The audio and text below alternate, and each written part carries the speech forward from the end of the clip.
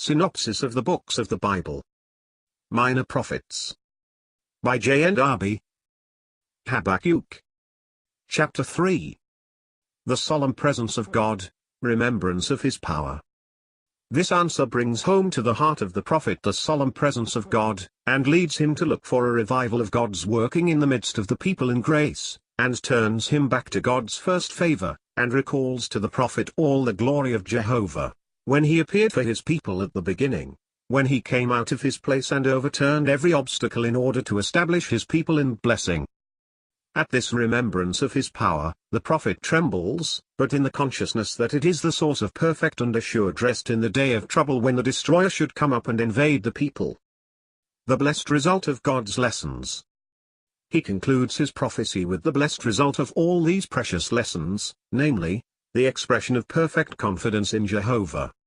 He would rejoice and be glad in him if all the blessings should fail. Jehovah himself was his strength, his trust, and his support, and he would set him on the high places of his blessing, giving him, as it were, hinds feet to ascend there by his favor. There is nothing finer than this development of the thoughts of the Spirit of God, the sorrows and anxieties produced by him, the answer of God to give understanding and strengthen faith, in order that the heart may be in full communion with himself.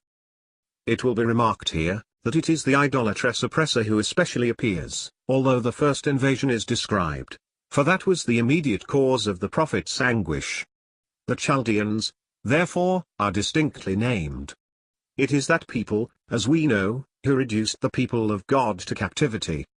Summary of the prophecy. In sum, in this prophet we have, for the comfort of the faithful heart, which loves God's people because they are his, and hence is distressed by the wickedness found among them, and still more by the judgment which falls upon them, the answer of God, explaining his ways to faith, and his sure faithfulness to his promises.